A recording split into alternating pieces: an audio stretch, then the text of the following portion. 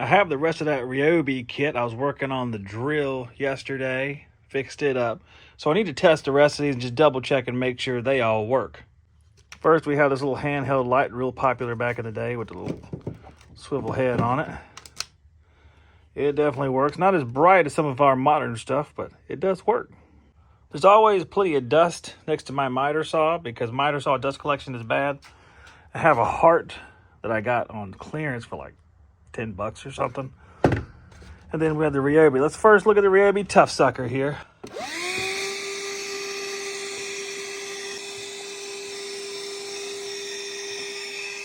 So there's a decent amount of stuff right there. It seemed to do a decent job. Let's try the heart.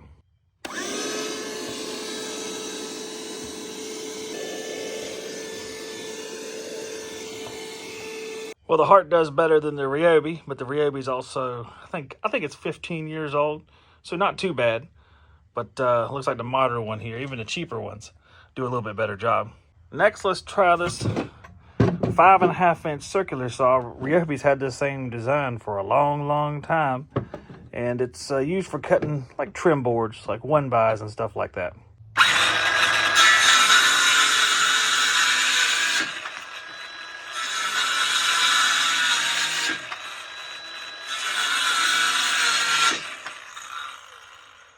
Well, that's decent enough for a 15-year-old tool, I think.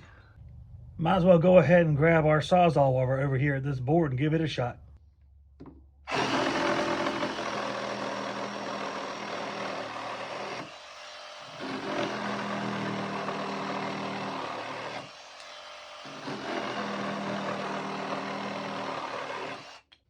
That's a good enough job. Handle was sticking a little bit here, so I might spray some WD-40 in there and work it around so we don't get any issues with holding blades.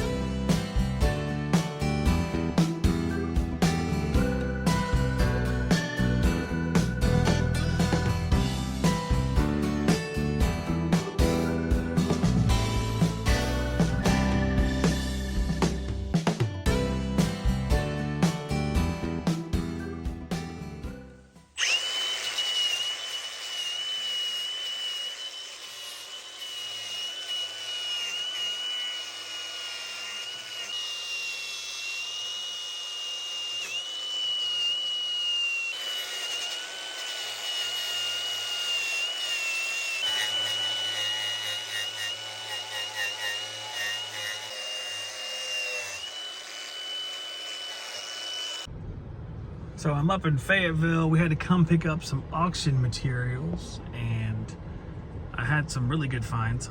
I went by a Habitat for Humanity restore, and there was a shelf full of power tools. And when I get back to the shop a little bit later, I'm going to show you guys what I found. And I did not have the budget for buying power tools today, but I really couldn't pass these up, and I'll show you why. So I went into this, by the way, it's many hours later. I bought this Flex mid-torque impact wrench at the Habitat for Humanity for $45, and it's brand new. These cost $200, so this is going to be really awesome to resell. Give somebody a good deal. They get a brand new tool, and it's a beefy joker. But it's not the only thing I found.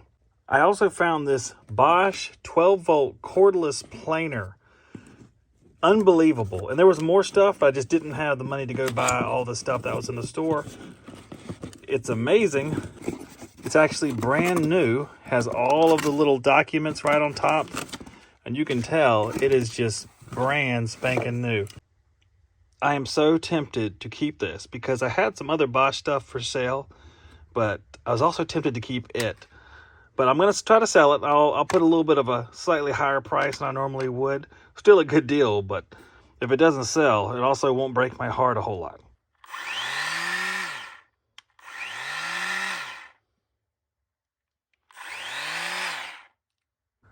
So here's some of the other items I got, both at thrift shops and at the auction itself.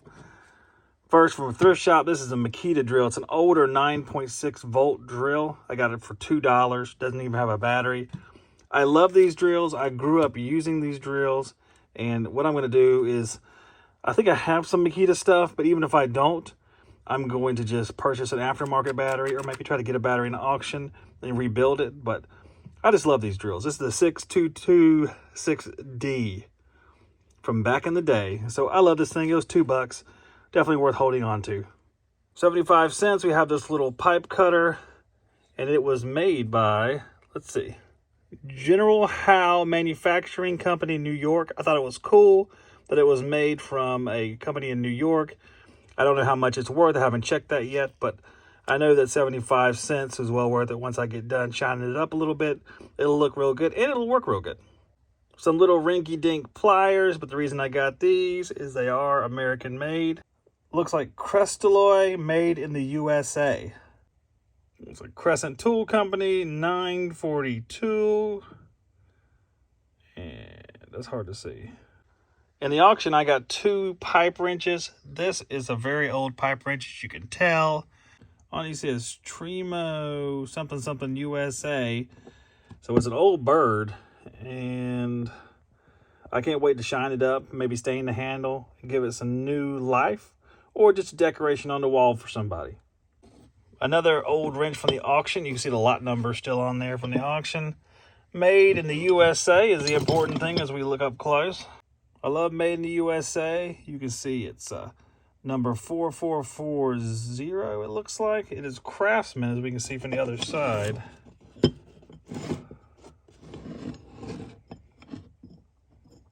And we have some nice Craftsman stuff as well. Old school Craftsman.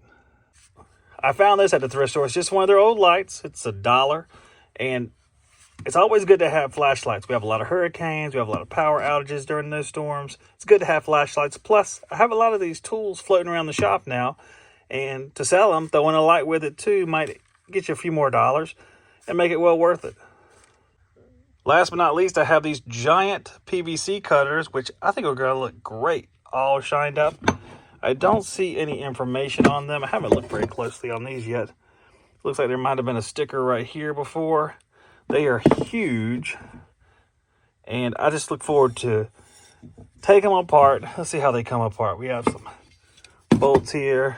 Looks like they'll come apart pretty easily. I can sharpen the blade and take everything down, and I think it's going to be just a really cool tool once it's all said and done. Got to put some more paint on my wrench here. It's been a couple days, so I'm going to put another coat of paint on this thing along with my block plane. I'm hopefully do that this evening, just set it up and spray them in here because I'll just leave the area for a little while after that.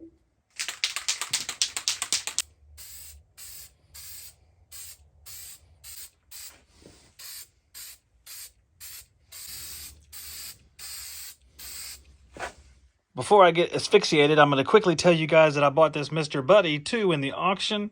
I overpaid a little bit for this. Since these only run about 80, 90 bucks, I paid 50 bucks for it, and we had to open it up and test it out.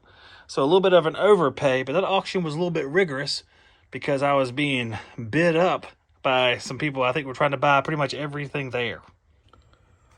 Since I got to walk back up to the house here at night, might as well use my brand new $1 light. See how it works. How we put on Ryobi lights.